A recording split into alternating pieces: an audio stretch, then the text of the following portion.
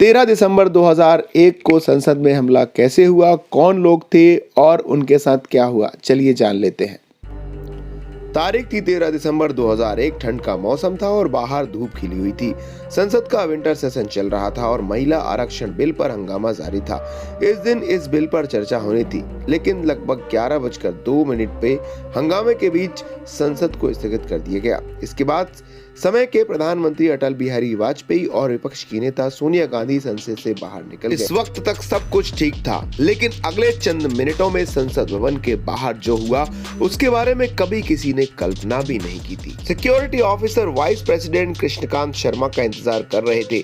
इस दौरान अचानक एक व्हाइट कलर की एम्बेसडर कार वाइस प्रेसिडेंट के काफिले की और स्पीड से आ रही थी। सिक्योरिटी में लगे जवान इसलिए चौकस हुए क्योंकि आमतौर पर संसद भवन के अंदर आने वाली गाड़ियों की स्पीड इतनी नहीं होती। ये लोग अनुमान लगा ही रहे थे कि कार के पीछे लोकसभा के सिक्योरिटी गार्ड जेपी यादव तेजी से दौड़ते नजर आए। जेपी फौज में रह चुके थे, इसलिए उन्होंने संदिग्धों को यहाँ तक भांप ही लिया था। उन्होंने बार बार कार के ड्राइवर को रुकने के लिए इशारा किया, लेकिन वो नहीं रुका। जगदीश को इस तरह से भागता देख वहां तैनात एएसआई जीतराम, एएसआई नानचंद और एएसआई श्याम भी उस समय कार को रोकने के लिए दौड़ पड़े। जैसे ही ड्राइवर ने देखा कि कई सुरक्षाकर्मी उसे रोकने के लिए बढ़ रहे हैं, उसने कार की स्पीड दुगनी कर दी।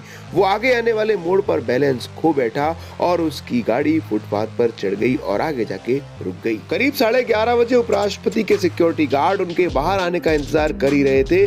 तभी सफेद एम्बेसडर में सवार 5 आतंकी गेट नंबर 12 से संसद के अंदर घुस गए। इनके हाथों में हथियार देखते हुए वहां काम कर रही महिला माली ने जोर से चीखा, बदमाश आ गए, बदमाश आ गए।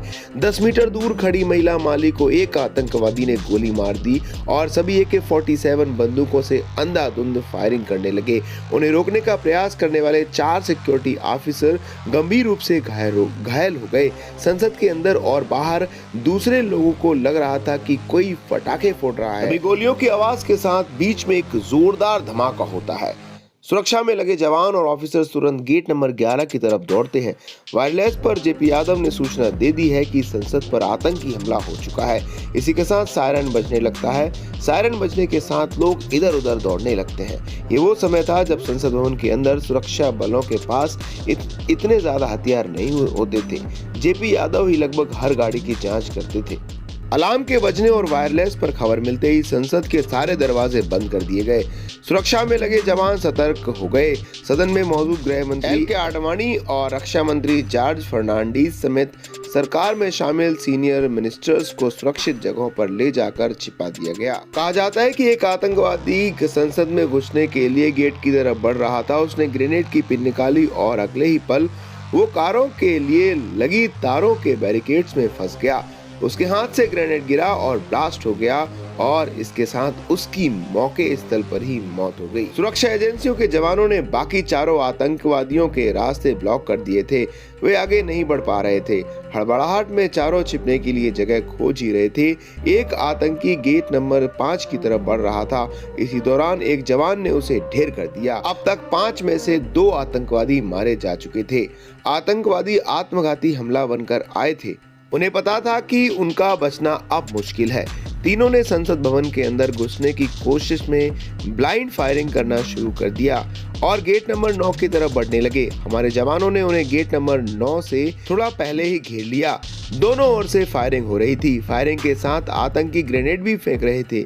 एक एक करके तीनों आतंकवादियों को मार गिराया गया। इस तरह दोपहर लगभग 12:10 बजे ऑपरेशन खत्म हुआ। इसके बाद सारे सांसदों, मंत्रियों और स्टाफ को बाहर निकाला गया। 5 आतंकवादी तो मारे गए, लेकिन हमारे 9 लोग भी शहीद हो गए। इसमें संसद सुरक्षा के 2 सुरक्षा सहायक जगदीश प्रसाद यादव और मातवर सिंह नेगी, दिल्ली पुलिस के 5 सुरक्षा कर्मी नानक चंद, रामपाल, ओम प्रकाश यादव, विजय सिंह, घनश्याम, केंद्रीय रिजर्व पुलिस बल की महिला कांस्टेबल कमलेश कुमारी और CPWD के कर्मचारी देवराज थे। हमले में 16 जवान घायल भी हुए थे। संसद हमले के 2 दिन बाद ही 15 दिसंबर 2001 को साजिश रचने वाले अफजल गुरु, ASR गिलानी, अफसान गुरु और शौकत हुसैन को गिरफ्तार कर लिया गया। सुप्रीम कोर्ट ने गिलानी और अफसान को बरी कर दिया, लेकिन अफजल गुरु की मौत की सजा को बरकरार रखा। शौकत हुसैन की मौत की सजा को भी हटा दिया गया और 10 साल की सजा का फैसला सुनाया। 9 फरवरी 2013 को अफजल गुरु को दिल्ली की तिहाड़ जेल में सुबह 8 बजे फांसी पर लटकाकर वहीं दफना दिया गया।